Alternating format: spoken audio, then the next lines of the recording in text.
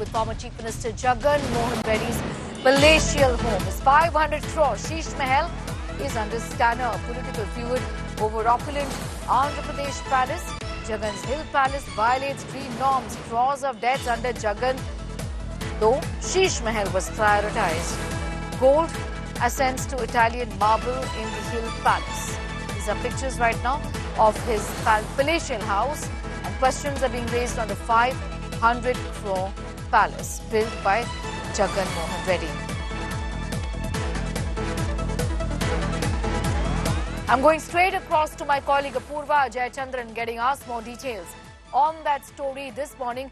Apurva, talk to us about the kind of scrutiny on this palatial, house of Jaganmohan Reddy. What about the violations of environmental norms? Get us more details.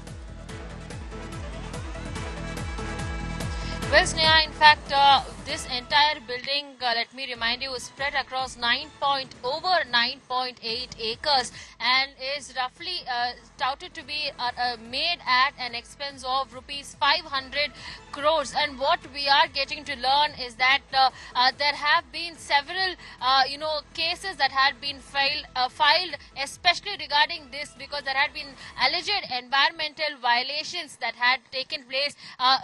Given that the CRZ, area out there, there are several zones. There's Zone 1, Zone 2, Zone 3. And the initial structure was given only for what was said to be a tourism hotel or a tourism plaza as well, what had to be developed. And now what we are getting to learn is that this had been transformed into a residence cum offices as well. Over 12 mega bedrooms and, a 300-seater conference hall, a 55-seater conference hall.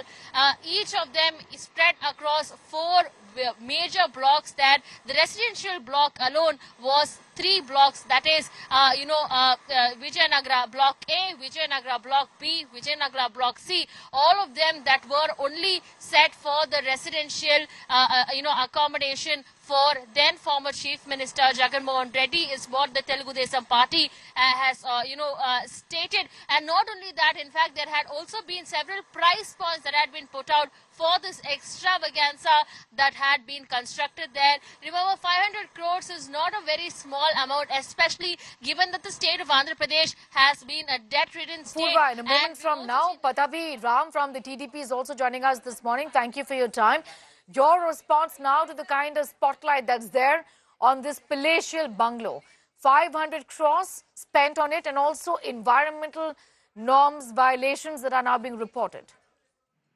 Yeah, Sneha, good morning. Good morning. See, till now in the past, we have seen palaces of Saddam Hussein, palaces of Gaddafi. And today, unfortunately, in India, you're seeing the palace that was built by Jagan Reddy to be used as his mansion for him to stay. I mean, if you look at the entire world was shocked to look at the things after seeing the things that were, placed inside for his personal use. Can you imagine, a huge massage table for a chief minister? Can you imagine a bathtub worth around 40-50 lakhs for a chief minister to, have his bath with an ocean view? The commodes which are used were around 15 to 20 lakhs. Spending 500 crores on his own palace when the state government is reeling under huge debt of more than 10 lakh crores. Who will do that? It is only Jagan Reddy. I mean, the entire world was shocked. Instead of, spending money on things that are useful for the people, creating infrastructure that will be beneficial for the people, he had created, these kind of palaces for his own use.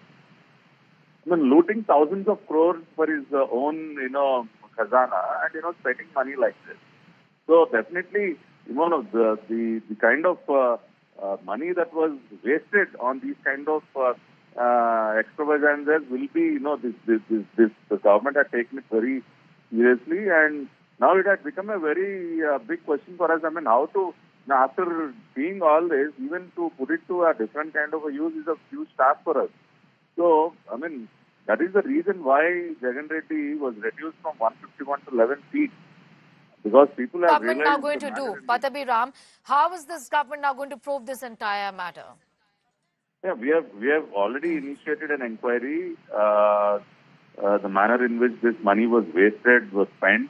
So, and already an inquiry is going on into this. And also, see, after spending so much of money, these mansions, these buildings have to be put to an alternate use also. We cannot just leave them like that.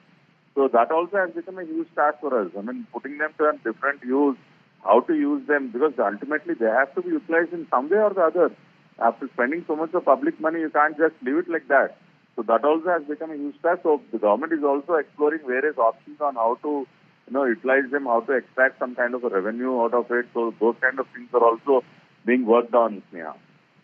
I'm going to thank you for joining in with your views on that. We'd also wait to hear from the YSRCP on how they look at the fact that the government is now going to probe this matter. And of course, accountability needs to be fixed on, at the end of the day, whose money was spent. Was this from the taxpayers' money? What about the exchequer? What about the coffers running empty in a state which is cash strapped already? A ground report filed by my colleague Apurva. Let's take a look. Italian marble tiling, 10 acres of land that had been set for this Rishikonda palace, which included imported granite, 200 chandeliers costing rupees 15 lakhs each, cozy interiors designed at a cost of rupees 33 crores, imported furniture, spacious washrooms with commodes each costing rupees 15 lakhs, landscaping with exotic imported plants, an advanced sound system, a homogeneous home theatre screen among several of the features. The design, which has been spread across these 4 major blocks, see lavish chandeliers, conference rooms and several amenities that have been set up right from the corner of the CMO office.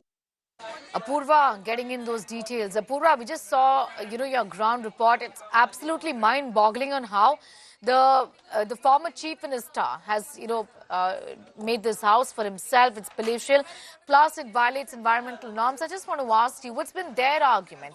What's been their defense?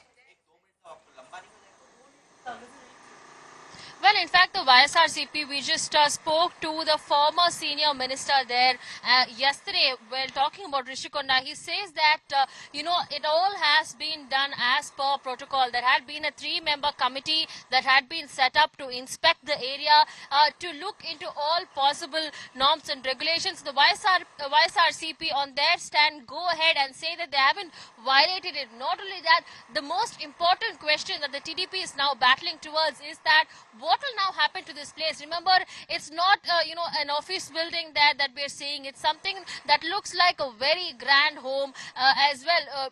From the bathtub to the, gold accent interiors and whatnot, all and a private helipad, all of this that had been, constructed. And now what the question that comes for the TDP government is, what are they going to do with this kind of a building and this kind of a structure that has been built atop the hill amidst, allegations of, environmental violations. The YSRCP there just says that, it's not, there hasn't been any violations, number one. Number two, the state government can in fact go ahead and put it out for either VVIPs who come in, be it from, from the center, be it the president, the prime minister or the home minister who happen to be visiting Vizag, as it is one of the important naval coast regions out here. They can either come here and, reside at the Rishikonda Palace, is what the YSRCP is saying. In fact, they also go on and claim that the TDP-led NDA government is yet to find a solution for this when there's already a solution at hand. This kind of a structure is meant for, top VVIPs who are coming into Vizag time and again, and that this can be a perfect opportunity to use to showcase that Andhra Pradesh is one such state that has all of these amenities for the dignitaries.